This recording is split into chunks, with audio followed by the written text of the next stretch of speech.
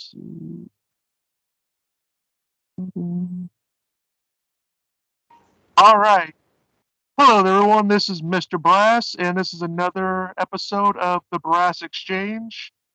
And today, I have a very good friend of mine from Twitter and just from general YouTube as well. This is Steve McRae. How are you doing, my good sir? Oh, I've been upgraded to a very good friend. I like that. No, I'll take that. That's cool. Yeah, hey, I'm doing well, man. It's been a while. Mhm. Yeah, it really has been. I remember the reason why this came about is because we talked about this in the pre-enamel of going up here, where I always found it funny how I've always been on your show, but you were never on my show. So I figured I'd rectify that with this current conversation. Well, you'd never asked, so I'm not gonna beg to go on somebody's channel. But since you asked, of course I'm gonna oblige. But yeah, here I am. Mhm. Yeah, so just so the audience may know, I mean, you're obviously world famous. Everyone should. Where'd you get this idea from? Yeah, I'm certainly not. I'm not even locally famous, more or less world famous. I'm not even a public figure. I mean, I got little name recognition in certain niche, but it's minor at best. But thank Uh, you. But no, I'm not world famous. He's like, but Steve, you're the only guest I could get on my show. Ramp it up. I'm just kidding. so since you're a world famous figure and everything, but can you tell the audience a bit about yourself? Yeah, apparently I've been upgraded to world famous. Well, let's see. I have a couple channels in YouTube. I'm kind of known for having a show called the Non Sequitur Show, which I started a few years ago. That had a massive amount of litigation and some lawsuits, and I won that case. I won a significant amount of money, got my show back, and I kind of just do stuff on philosophy, science. I argue a lot with Twitter people, especially argue with very ignorant flat earthers, ignorant creationists, and ignorant, which I call New Atheist TM, which is a subset of New Atheism, which are basically atheists that argue just like flat earthers. There's very little difference between them. And even though myself, I am a non-believer, I am not an atheist, I am not a theist. I'm called the a-holy pope of agnosticism. I have a middle ground position, but I'm somewhat familiar with the topic of atheology, epistemology, philosophy, and basic logic. And so when I see people on Twitter and they just don't know what the hell they're talking about, I just have a little fun with them, I guess. Because I mean, I don't know what else to do. I mean, it's either mockery or weeping for humanity when I see some people tweet what they tweet. And so I put that on my shows occasionally, and I'll talk about that. But that's what I'm known for, I guess. Yeah. Well, I mean, you're either laughing or crying. It's one of the either. Or both. Yeah, they're not mutually exclusive. I mean, I've done both. I've had some tweets I've read today. I was like, oh my God, I weep for humanity, but goddamn, this is funny. Yeah. Well, I mean, I've lost pretty much my faith in humanity years ago, so it takes a lot to really surprise me these days. But you're kind of a natural pessimist, anyways. True. That's a fair point to bring up. Yeah. So I was wondering, to get on to the one of the first questions of the night, um, what was your journey coming to agnosticism? Well, I mean, I wasn't raised in any kind of religious family. I don't have a real religious background, except for when I was 17, I did join the Mormon Church. There's a lot of reasons for that, and mostly involved a girl more than the religion. But there was some. Me. What's that? How many? Oh, well, just just one, just one. But yeah, I wasn't into that polygamy sect of the Mormon Church. That's more the fundamentalist LDS in Utah. But yeah, more than one would have been great too. But it was mostly just one. But long story short, I did join the church, and then I fell away several years after. I mean, like maybe not even several, like 2 or 3. But then I really just got away from the church in 2008 when Prop 18 came around. And California was having this proposition against gay marriage, or at least they were funding the opposition to gay marriage in California. And as well as my stance, I'm very pro gay marriage, very pro LGBTQ. And I couldn't be. I was thinking to myself, hey, if this is the one true church, why are they saying that gays can't get married? That doesn't seem like something that would come from God. And even though I had long since kind of mostly fallen away, that was what I was just like, I don't want anything to do with them. So. And so I just ended up in agnosticism. Yeah, gays have every right to be as miserable as any other straight. Absolutely. Yes. If not even more so, be my guest. Yeah, and yeah, so I believe so. A common thing is that, like, I'm trying to think how to word this, but I remember, like, for some strange reason, atheists, well, lack theists, I would say, have somewhat of a big bone to pick with you. I know you've actually got into, like, arguments with Aaron Raw, Matt Dillahunty, and I believe even Bionic Dance a couple times, Oh yeah. where, like, they've all gone after you in some way or form for you basically just stating, your beliefs on agnosticism and atheism, and how they relate and stuff, or how they don't more like it. It's actually more than that. See, it's not just me relating my beliefs. It's me relating my beliefs and able to demonstrate my beliefs are the correct position in philosophy. See, when I talk to Arn or Matt or when I, Bionic Dance, which has been a few years for all of them, all three of them lack something called evidence. And evidence is something that makes more likely something to be the case. In science, it's what makes a hypothesis more likely to be true. And of course, in epistemology, evidence is something that is used in evidentialism to support one's position. And so I don't just say, hey, these are my positions and these are what I believe. I say these are my positions, these are what I believe, and here's the reasons why. Please feel free to demonstrate why these reasons are wrong. And of course, they never do because they can't. I mean, these positions I take are very normative in epistemology. They're standard in philosophy. There's nothing, too advanced about them. They're simple, I would say, undergrad level, maybe from first to third year undergrad level. And so I think they're pissed at me is because I show them by using logic and logic that is valid and sound that their attacks against me are incorrect. They're wrong, and they don't have the tools or the, I guess, evidential citations to refute my arguments. And so I think that presents them some kind of cognitive dissonance because when they argue against a theist and they use very puerile, very, very jejune type arguments like, oh, you're sky daddy, or oh, Christianity is is wrong because nobody can be resurrected, or just something that is so mundane, right? They go against theists that have very bad arguments, but when they go against another non-believer who uses academic citations and uses basic logic, I don't think they know what to do because they're not in a position to counter me. And they can believe there's no God, and that's fine, and they can argue that all they're too blue in their face. But I'm not arguing there is a God, and so they can't use their sophistic type of arguments against me because I'm not taking the position there's a God. They just can't by fiat say, oh well, Steve's wrong. He's a God believer because I don't believe in God. I am in the same camp they are as a non-believer, and I think that makes it very difficult for them. Yeah, I think that's why a lot of non-believers or a lot of what I call, like I said, new atheist TM really, really dislike me because they just don't have the evidence to counter mine. And you've seen my logical arguments. They've been vetted. I mean, my paper has 2,400 views already, and that's top 2% of academic EDU, and it's been reviewed by multiple PhDs, and not one of them says it's a bad argument, or it's wrong, or it's invalid, or it's unsound. Not a single solitary one of them. But you think Matt Dillahunty or Aaron Ra is going to review it? No.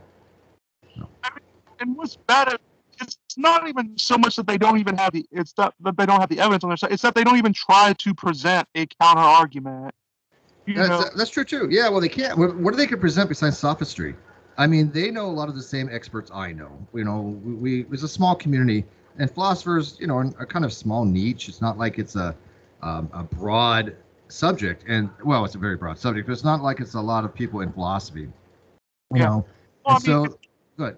Yeah, it's sort of like in my thing. Like, it's gotten to the point now where I just appreciate, like, if they can bring, like, I appreciate people that it can at least bring forward a counter argument, even if it's a bad counter argument, because that at least shows me that they're trying. Yeah, I mean, to a point. I mean, for example, you have the group of people that know something like Stanford Encyclopedia of Philosophy, right? Then you have the group that doesn't know Stanford Encyclopedia of Philosophy. And so the group that doesn't know Stanford Encyclopedia of Philosophy probably shouldn't be weighing in on arguments of philosophy dealing with the topics I discussed, because a lot of them are citational from Stanford Encyclopedia. And by that is no means my only source, but I just use that one because it's quick, it's easy, and it's considered to be a gold standard. And then you have the people that do know about Stanford Encyclopedia of Philosophy and then get it wrong by misquoting it or cherry picking or just taking a single sentence, not reading what's before and after it, which is called quote mining. And they do exactly what they complain creationists do. They quote mine from a source if they even decide to cite one, which, as you said, I guess, sure, it's an attempt, but it's a very, very sophisticated approach, because as soon as I see somebody quote me something from SEP saying I'm wrong, I automatically can tell what the misquote is or what the out of context quote is and correct them on it. And so, yeah, I appreciate them trying, but let me ask you, Brass, where are all the PhDs in philosophy or epistemology or logic that have said, oh, Steve, I read your paper. It's completely wrong. Let me show you why. Yeah, I haven't seen them. Ah, me either. And don't you think they would? Don't you think if all the people in the atheist community that have education on these topics, don't you think one of them would love to say, God, man, Steve, I just nailed you to the wall. Your paper's so wrong, but you don't see this. Why is that? The only people that I think there's only like 3 philosophers I know that would take the more lacktheist position. Yeah, and 2 of them are dead. And it's Flu yeah. Martin and Buldevant. That's about the 3 I can name off the top of my head. And yeah. Martin and Flu are dead, so. Yeah. So I mean, I think there's like I only think I know like I knew like those 2, and there's another one, but their name doesn't come to mind. But yeah, so there's only like 3 of them that do that. Yeah, and Buldevant's a theist. Not that it matters, but I mean, he's not even an atheist. So you have 2 dead people that we don't know what their positions would be like in 2027, especially, in 2017, a professor named Burgess Jackson wrote a paper against Flu's argument. Similar to mine, but in a very different style. I mean, he was trying to argue against the presumption of atheism that Flu wrote in 1971, and it is a very effective paper. It's a brilliant paper, and Martin, I think, died in 2015. I'm kind of pulling this out of my back brain somewhere, but if I remember correctly, Martin died about 2015. So it was just a few years before that paper came out, and so we don't even know what he would have thought after reading his paper, and maybe he would have changed his mind because he did have some issues with Flu's work. But yeah, even Martin did not ever say that, if you have a positive epistemic status of God being non-existent, you're not an atheist. He's never suggested anything like that. And he said that if you lack a belief in God, if you merely hold to what's called negative atheism, you still have a burden of proof, which is something that Matt Dillahunty loses his mind over. Matt Dillahunty has constantly said I'm wrong for saying that, yet Michael Martin, who advocated for negative atheism, also agreed that even negative atheism, even lack of belief, has a type of burden of proof, and he's absolutely right on that. Yeah, which I've always thought that that's a bit strange, because I think what a lot of people come to think about is they seem to think that if something, like, they seem to believe that if something has evidence for it, that means you automatically have to believe it. No, because things have evidence for and against. Every proposition generally probably have some kind of evidence both for and against it. And you have to weigh that evidence. You have to evaluate it, which one to you is more convincing based upon a holistic approach of information. And still, I think most of us formulate our beliefs in a coherentist manner, even though I tend to foundationalism. But in a coherentist manner, you have this web of beliefs. And your beliefs that you formulate or revise are predicated upon other beliefs. And so if you hear something in your belief system is such that it doesn't conjoin with any of your other beliefs, you're probably not going to believe it very quickly without substantial amount of evidence, right? I mean, think about this. I mean, if you're a naturalist and you believe there's no God, you believe in no miracles, and somebody says, hey, look, the other day I saw Jesus in the sky, it doesn't cohere with your web of belief, and you're probably just going to automatically not only just doubt it, but you're just going to think that the claim is false based upon prior history of information that you've been exposed to. You don't even have to even have the person give any reasons why. You're just automatically going to kind of jump to that position, I think, naturally, because that coheres with the coherentist web of beliefs that you have. Yeah. I mean, well, the thing is, it's not even really how science works either, because in science, you can have, like, even in the field, like let's say of biology and evolution, you might have disagreement amongst biologists about how a specific mechanism of evolution works, or how a particular sort of how like a specific functions of organisms work. And you can have evidence, like, and they'll admit that there is evidence against their beliefs, but they still hold to a particular position because they feel like this position that they have has more evidence to it. So even in realms of science, they don't have a sort of all or nothing sort of take where if you admit anything has evidence to it, then that means you automatically have to believe it. Yeah, but those are usually for minor things or things that are more technically oriented. I mean, you don't see scientists going around going, "Hey, what is the age of the Earth?" Okay, well, most scientists will tell you it's about 4.54 billion years old, plus or minus a couple hundred million years, right? That's consensus, and so that's something that all scientists that are non-young Earth creationists seem to agree upon. There's no scientist out there that says, "Oh, I think it's a billion years. Oh, I think it's a million years." And I don't see anybody arguing for those positions.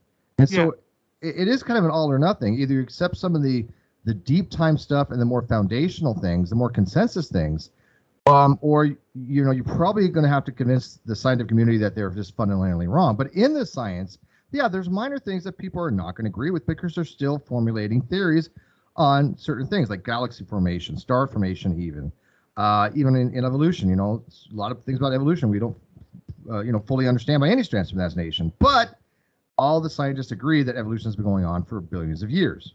That's what I mean. We have evidence stromatolites 4 billion years old. I mean, we know that part is true, but how it got from non-life to life, it's still something that we haven't yet figured out. Yeah, that's what I sort of mean. It's that's like we agree like on the basic thing, like that evolution happens, and we agree on the age of the Earth and stuff like that, obviously. And like it's the sort of minor things in it that people disagree about. But like I said, scientists will disagree about that, and they'll take their own position on it. And none of them are going to say, "Oh, well, if you have a count, like that if I accept that you have a other position, that means that if I accept your evidence, that means I automatically have to believe what you believe." Like that's not generally how scientists work. Scientists generally say, "All right, well, you have an idea for how things work. I have an idea for how they work. Let's see through experimentation which one of our ideas are more likely true than false." Which is fine. Yeah, I mean, that's how evidentialism works. That's how the scientific method works. That is through what is called empiricism. But we don't always acquire knowledge strictly through science or through empiricism. But there are other ways to acquire knowledge, such as rationalism. There's other theories of knowledge out there. I mean, I think that science is best suited for observing some kind of natural phenomenon and then making the best inference or abductive argument of what the explanation is, using a naturalistic explanation that not only explains the phenomenon, but makes accurate, testable predictions as well.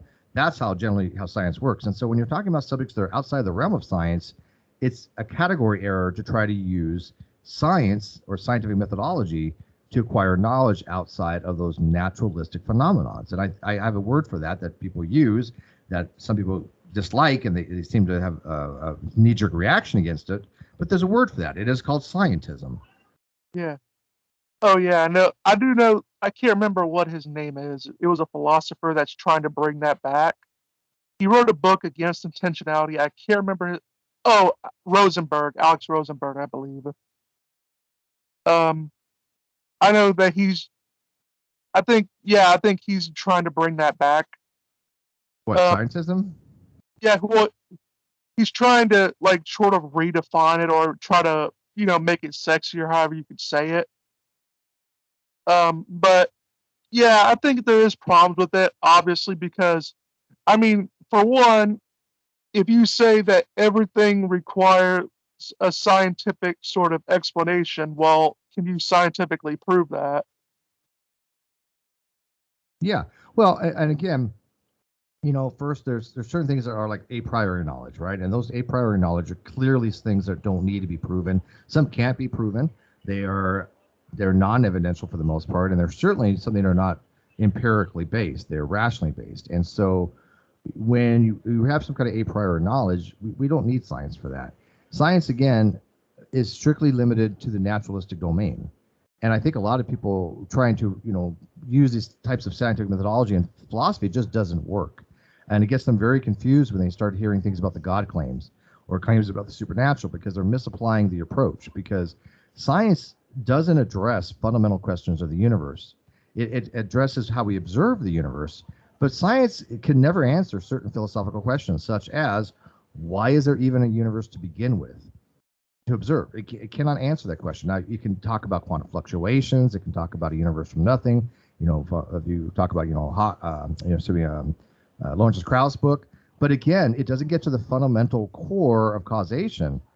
Why there is even quantum fluctuations? Why is there something other than nothing is sufficiently able to be addressed in the confines of science? And that's what I see a lot of theists and atheists get into conflict with, because they start talking about these topics and they try to overlap non-overlapping magisteria concepts. And that's something that's just going to end up in argumentation. You're never going to get anywhere when you have two people using very different approaches. So if you're talking about gods, you're talking about propositions, you're talking about metaphysics, you're talking about ontology, stop talking about science. Talk about philosophy, because as soon as people start talking about science in these theist discussions, they're automatically going to be going off on the wrong track. It's just fundamental, and you never see any productive conversation come out of it. Never. You and I have been around a long time. Have you ever seen a productive conversation happen when two people are using very different methodological approaches?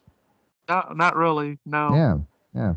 Well, I remember a funny joke that, like, I remember I had actually gotten a theist on this one. Like, I was a Christian. I got them more on it because they said, well, if God didn't make anything, if God didn't make everything, then who did? And I said China. Taiwan. Yeah. Yeah, well, and, like, for example, like, I've heard theists ask the question, atheists ask the question, well, if everything has a creation or creator, what created God? Everything has a beginning. What created God?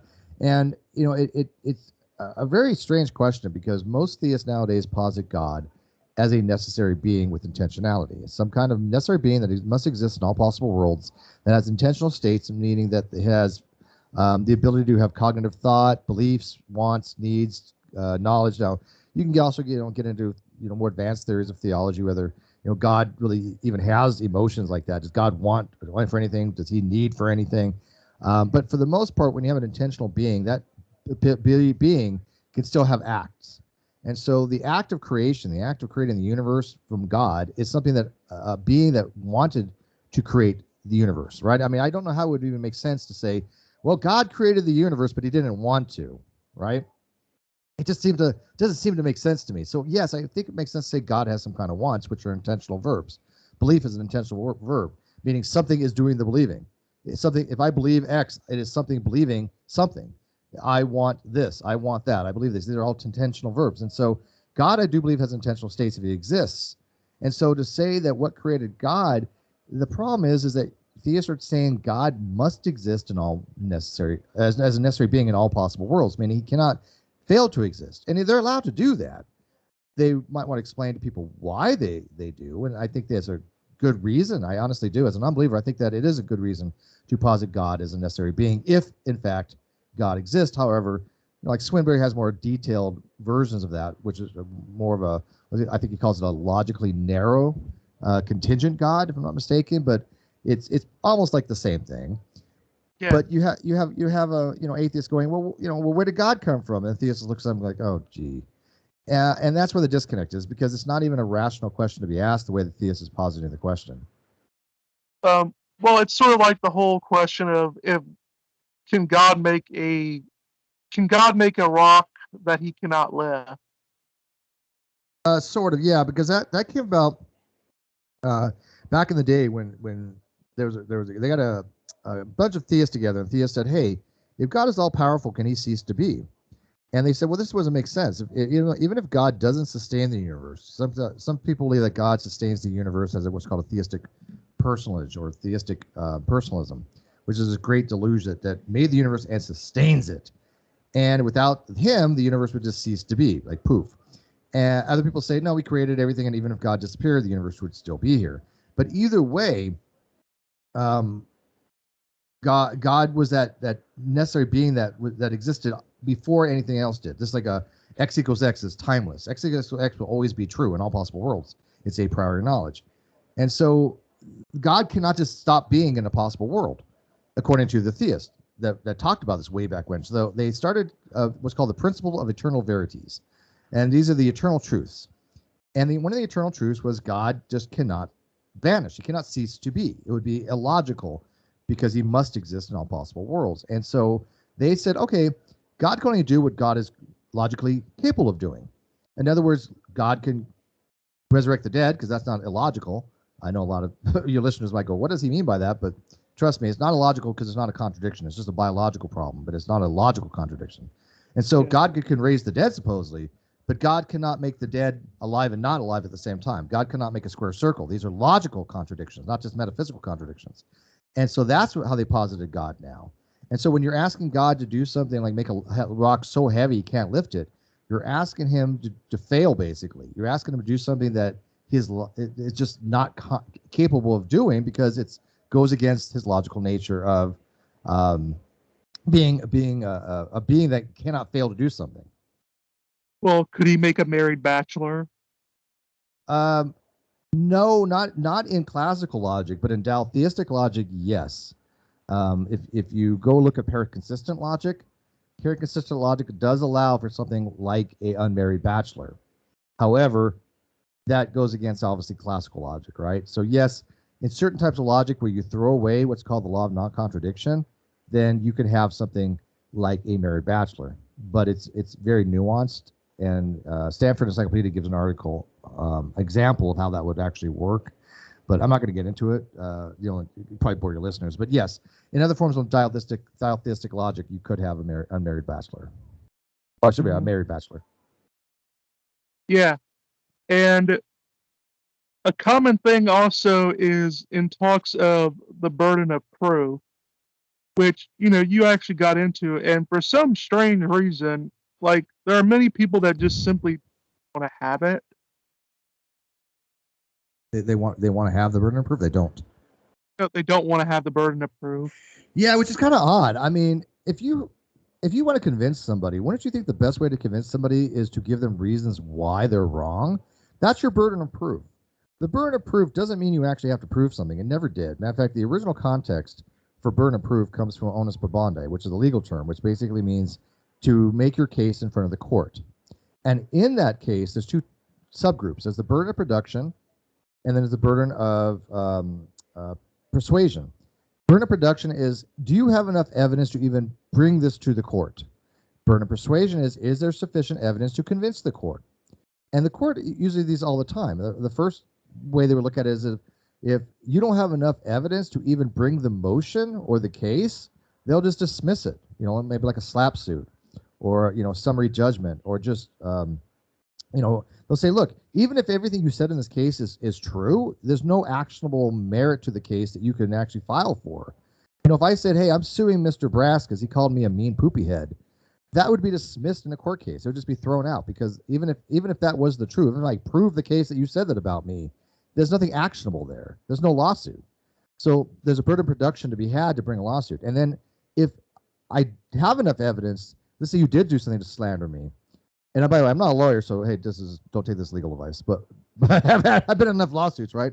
But the burden of persuasion is if I want to convince somebody that you did slander me, then I have the onus in court to demonstrate that with evidence sufficiently enough to convince the court or the jury beyond a reasonable doubt, or in this case, beyond preponderance of the evidence in a civil case.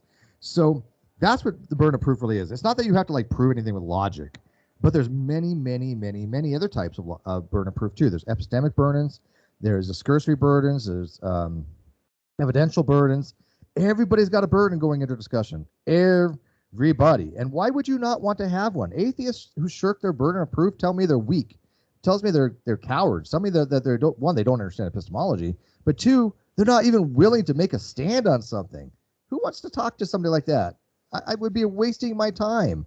Do you want to? I mean, what's something you believe in, Mr. Brass? That you tell somebody and they have no desire to talk to you about it.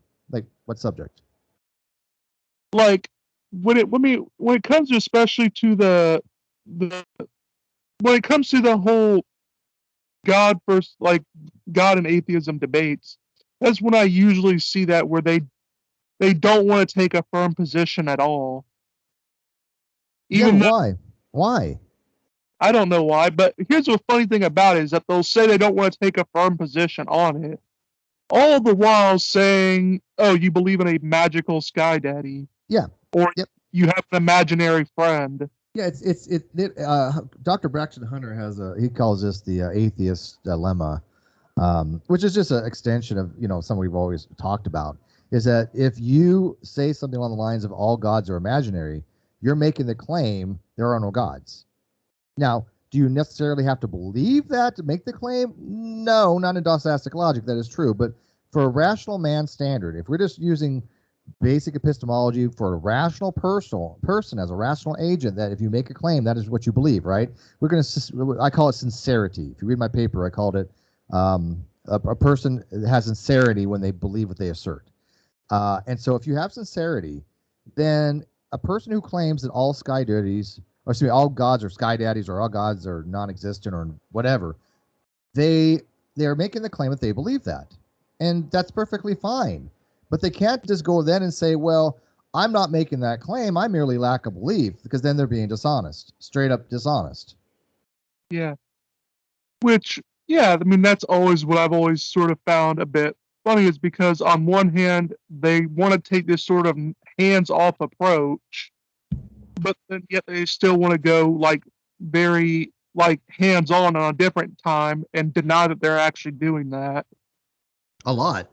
Yeah. Well, my go-to, in math, right? My objective mathematics, that 0.99 repeating equals 1, right? People always ask me, why do you keep going back to that? And I see a lot of people asking me, can you explain this to me, or things of that nature.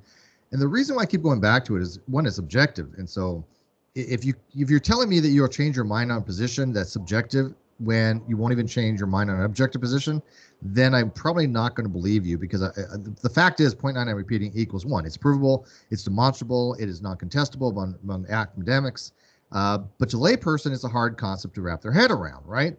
So what I'll do is I'll say, look, I can say I believe 0.999 repeating equals 1, but that doesn't mean the same claim as I can prove 0.999 repeating equals 1. Now, it happens to be the case that I can multiple different ways, but those are vastly different claims. Saying 0.99 repeating equals 1, or saying I believe 0.99 repeating equals 1, is not the same as I can prove 0.99 repeating equals 1. And so when a theist says, I believe God exists, or just simply God exists without any kind of verbiage to it, no intentional verb, then that is a different thing than saying they can prove God exists. So when an atheist says, can you prove your sky daddy exists? They're committing a very well-known fallacy.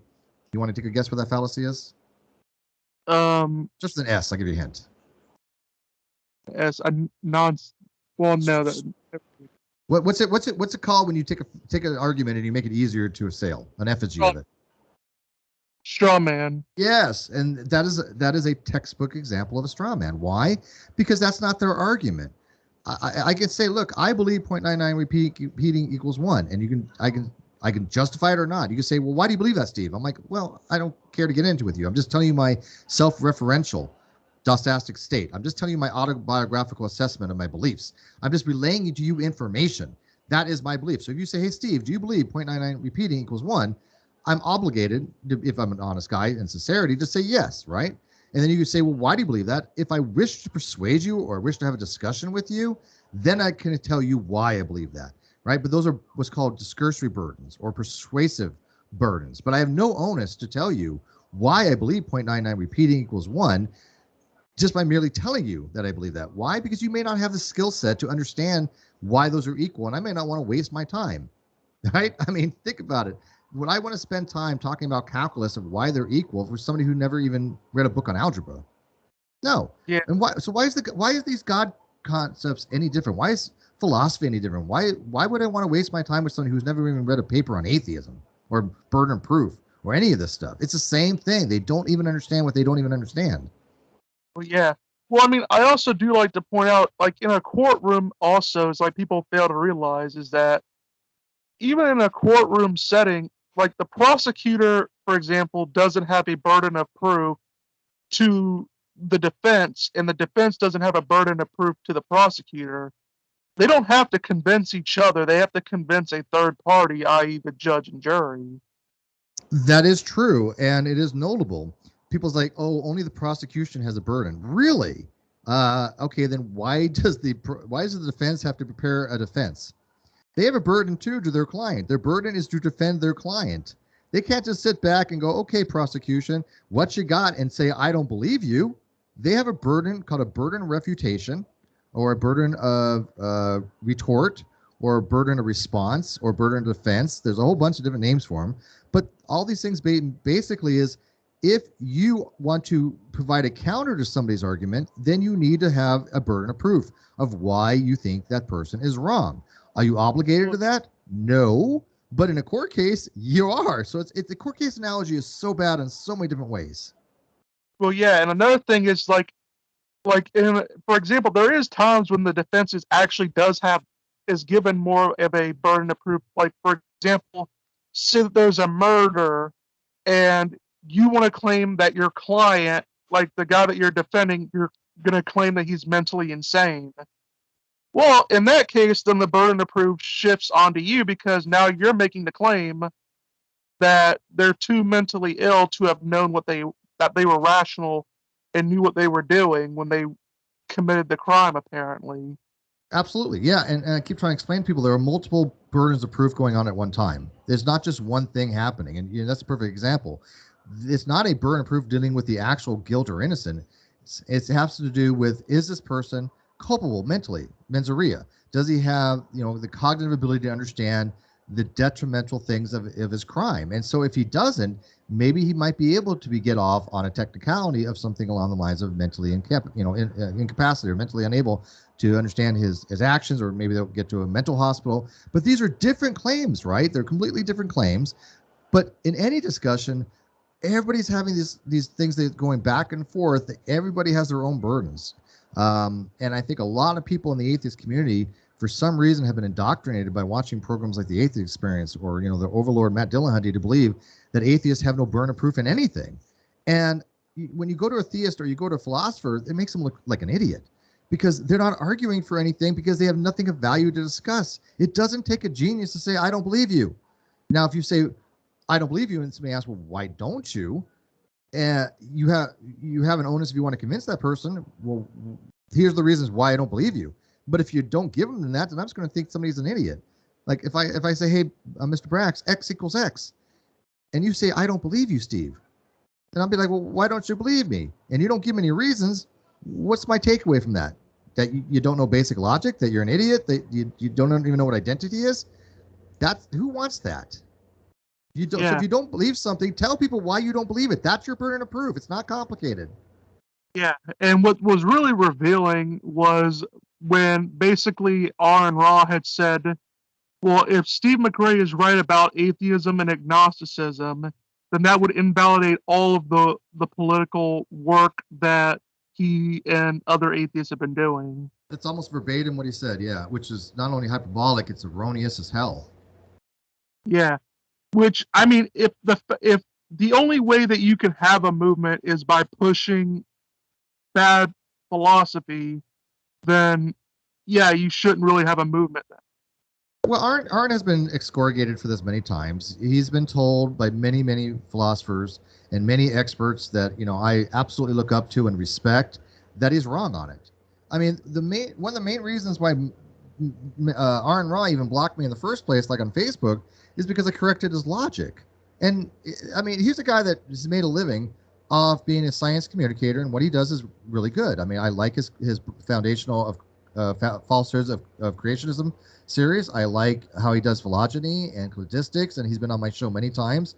And at one time, I considered Artemar a friend, and it's a shame that he let his hubris get in the way of that merely because he couldn't recognize his own mistake. And a mistake was a logical mistake. It was simply a double negative error. He didn't understand that a double negative on a proposition and a negative on a proposition and a negative on a predication are two separate negators. Negation is a unitary operation. And so if you have like not P, that is P in classical logic. And in non-intuitionist logic, you can't make that jump. But in classical or intentional logic, you can say not P equals P. But that is not the same as not B, not P, which stands for I do not believe, not P. And he just couldn't understand that, even though a ton of people are trying to correct him. And he's like, you're just committing a fallacy, Steve. You have a double negative. And I'm like, no, Arn, I don't. I mean, this is just simple stuff here. And finally, I just said to him, well, Arn, if you can't show it, you don't know it. And that's when he blocked me. Hmm. It's a shame. It's a shame because, again, everybody's been telling him he's wrong on his logic, and yet his hubris just wouldn't let him to admit it. It still hurts. I got to tell you, it still hurts because I mean, I liked Arn. I have a lot of respect for him. I like what he does and some things, but for him to block me because he was wrong and not be man enough to admit that he was wrong, it's always going to leave a sour taste in my mouth, you know? Yeah. Well, I remember also when it comes to, yeah, and so another thing that you apparently get a lot of heat for when you go past the atheism and the God debates, you also get flack for political opinions, which is funny sort of because it's not like you're a known political pundit where a big part of your day is spent, telling your political beliefs.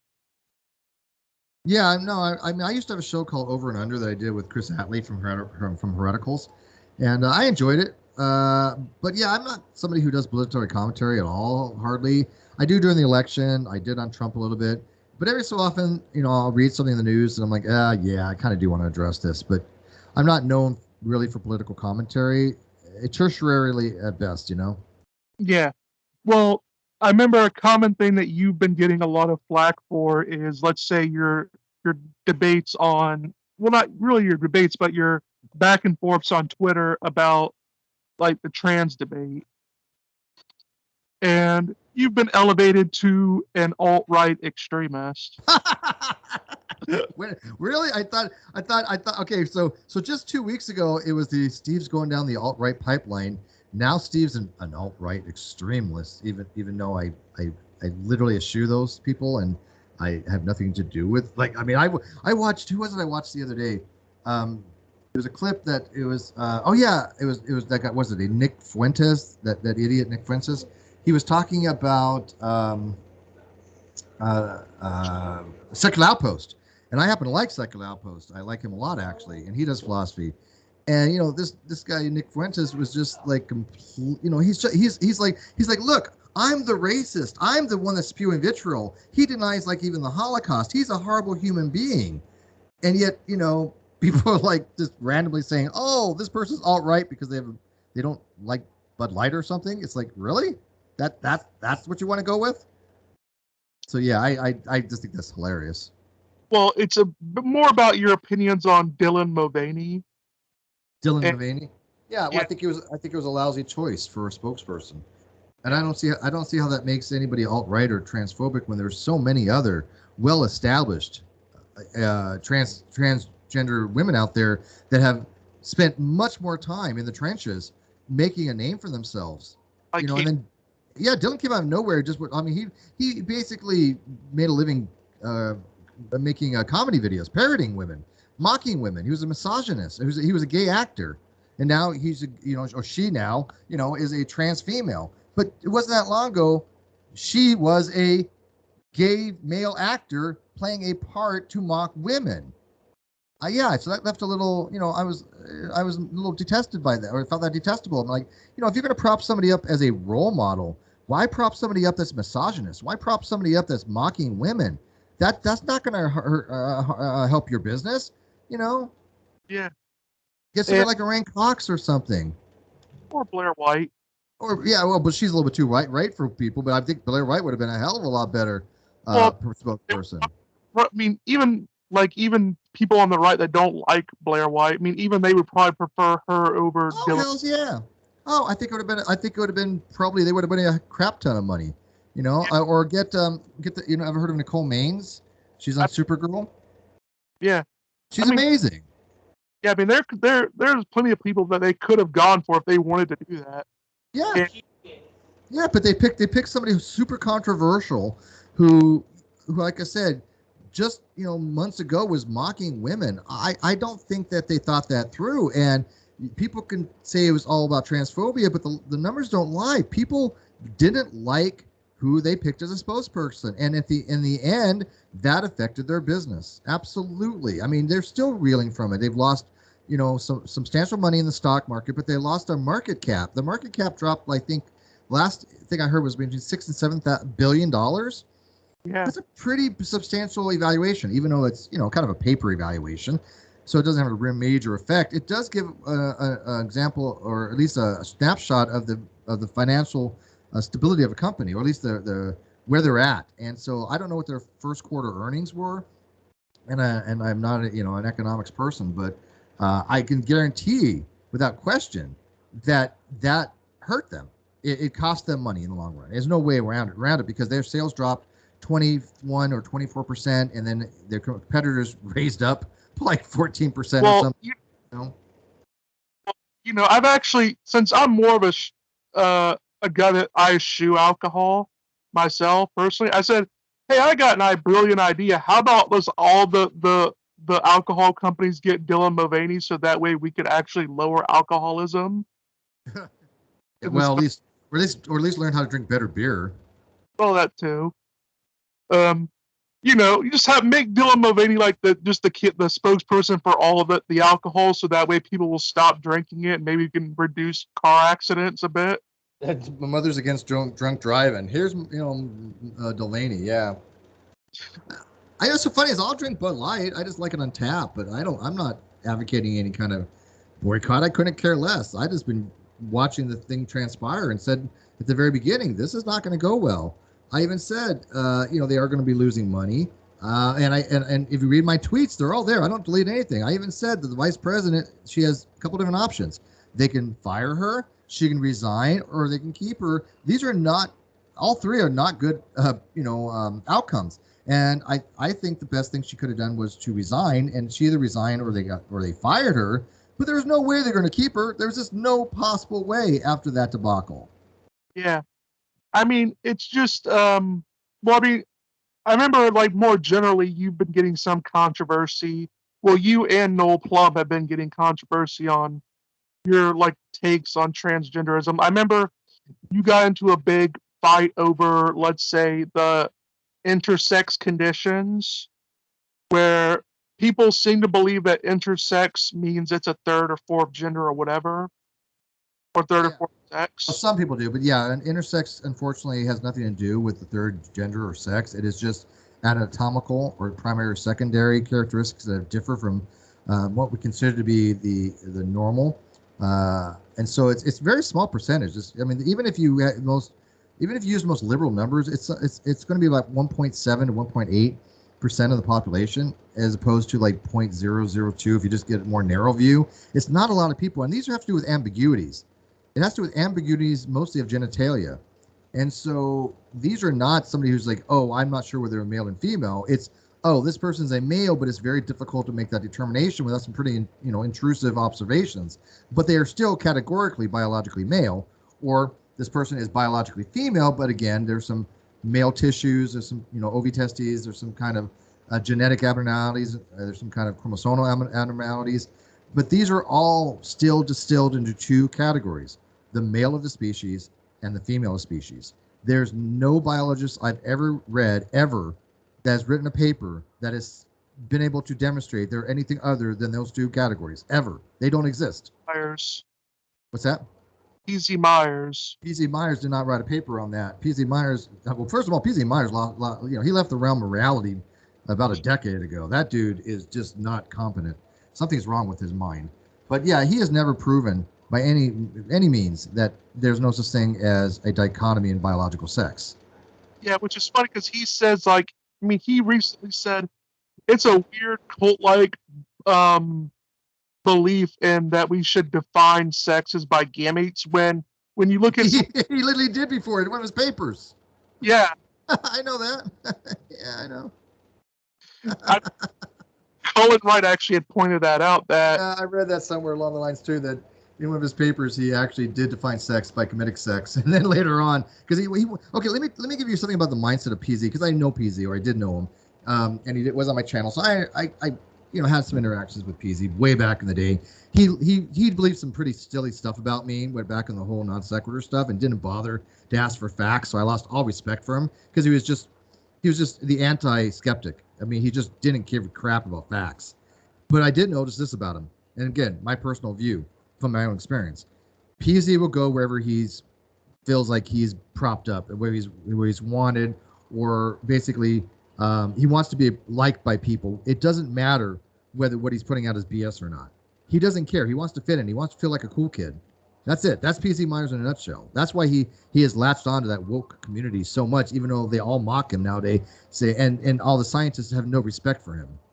Yeah, well, I mean, it's sort of like I've always said this is like PZ Myers has gone to the point where he says he doesn't get any fun. Like he makes more money off his political stuff than he does his science stuff, and so he figures like he'll sit like if I do sincerely believe this, like if in the woke community, if they became just flat earthers, you would see PZ Myers become a flat earther because he's making more money off of the political community than he ever would make off. Like I think so. Yeah, I don't find him to be intellectually honest. I think he would jump on any bandwagon. I don't think it should go so far as flat Earth, but I mean he's a biologist, a PhD in biology that's just absolutely spewing misinformation to fit in with the woke crowd. I mean, look at Colin Wright, who I have a lot of respect for, or Dr. Fonda Beatles, who I have a lot of respect for.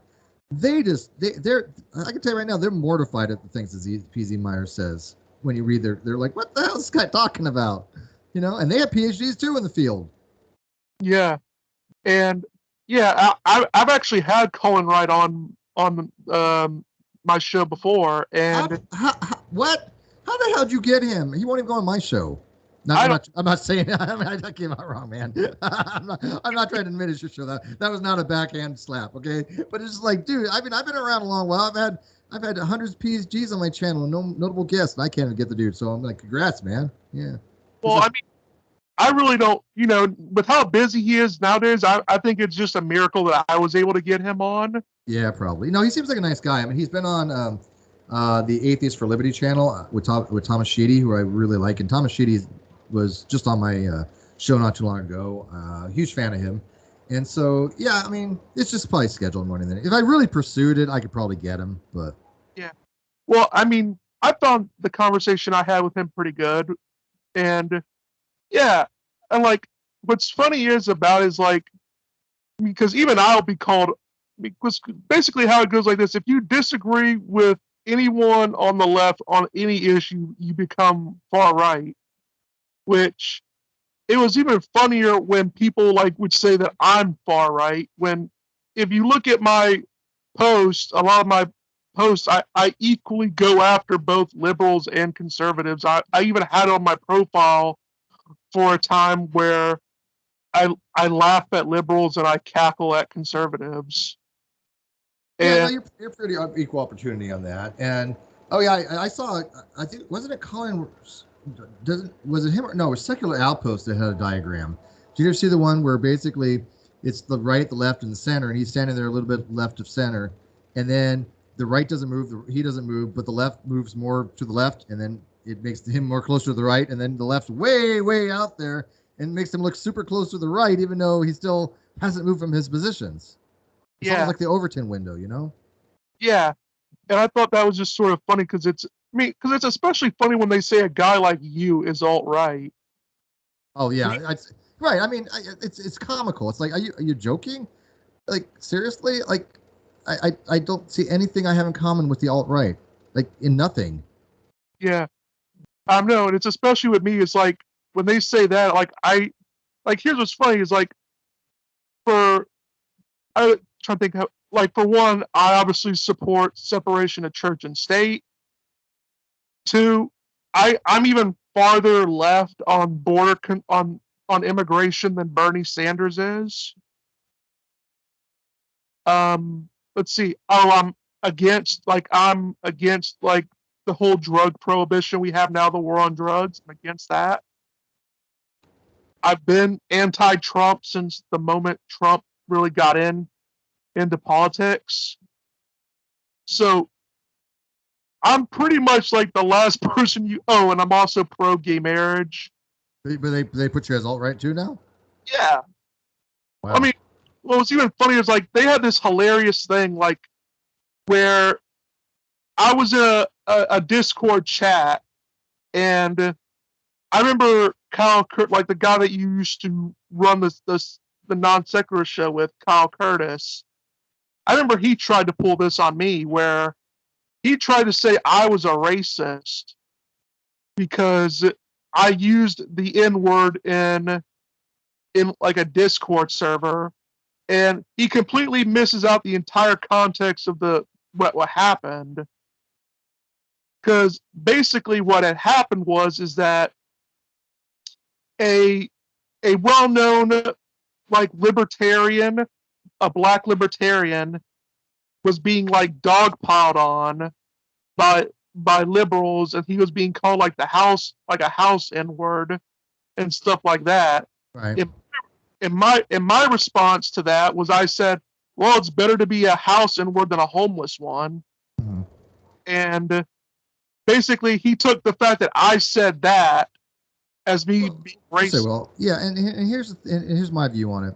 I think certain words, it's perfectly acceptable to say certain words in context if that's the word that is under discussion. However, there's certain words that I personally will not say because I don't like the word. So I don't even under discussion I won't do it. But let's say like the word faggot, right? The word faggot, people know, used to mean a bundling of wood, right? And of course, later became a pejorative, correct? But in some parts of Europe, they still use it in that way, which is not meant to be pejorative. It's not meant to be harmful. So words have connotations and words have meaning based upon usage, right? And then there's a word like queer. I was raised, queer was a negative word. I don't like to use the word queer. I don't use it.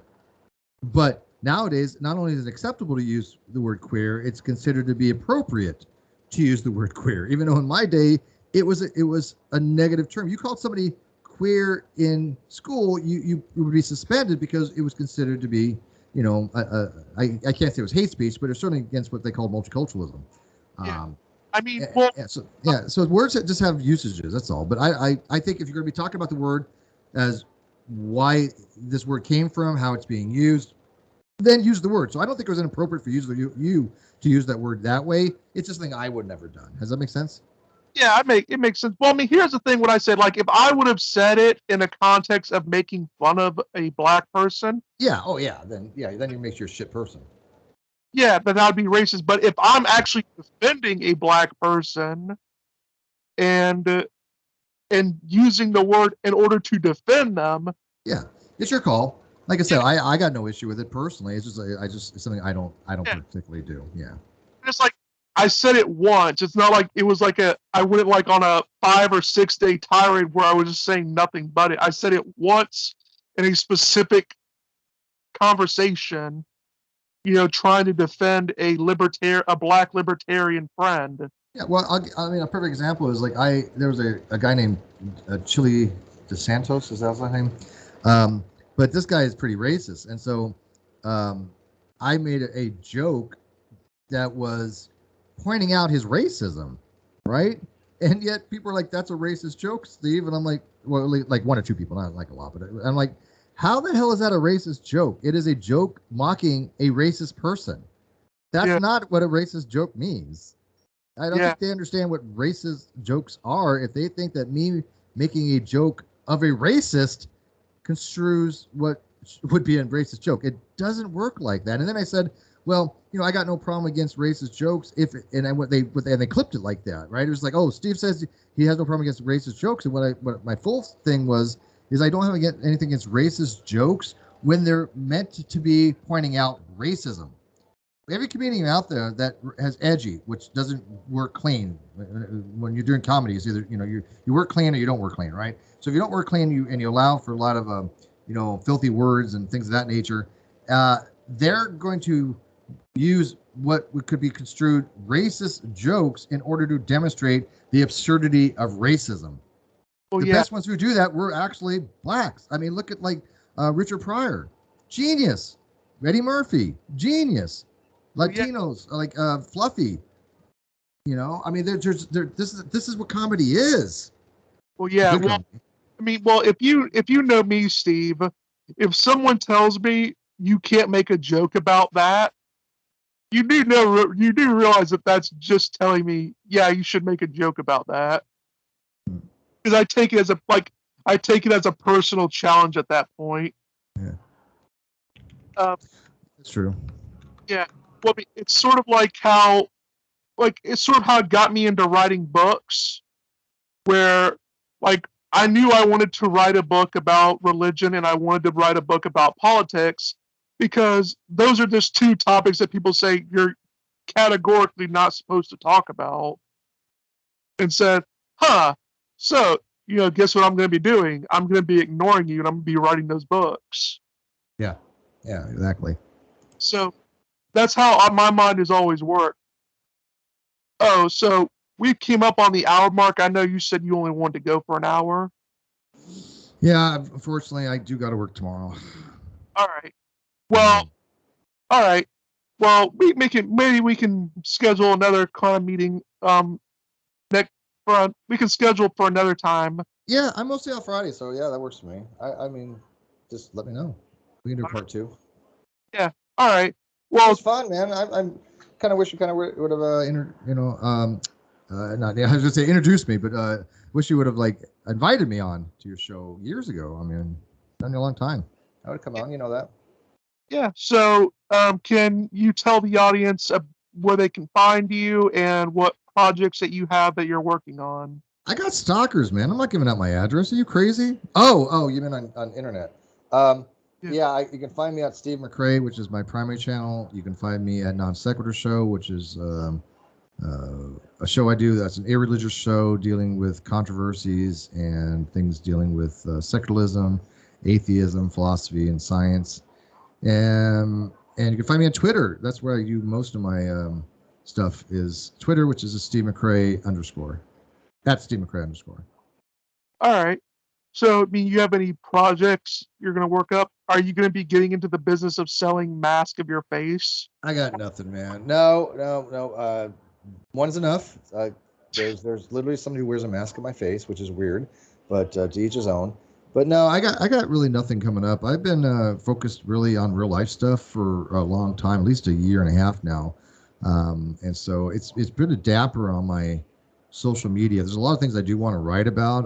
I have a Dr. Josh Rasmussen, who I would love to write some paperwork with on agnostic atheists. You've seen my writing on that, but he's doing reviews for Stanford right now. But I want to get back in my writing one of these days, because I have my arguments in my blog and I have my paper, but I know that I have at least one more that I want to do. All right. Well, that's good. We could schedule another thing later on when we'll all have more time. But it was nice having you on, bro. Yeah, likewise, man. I appreciate it very much. All right. Well, this is Mr. Brass saying goodbye and get wise.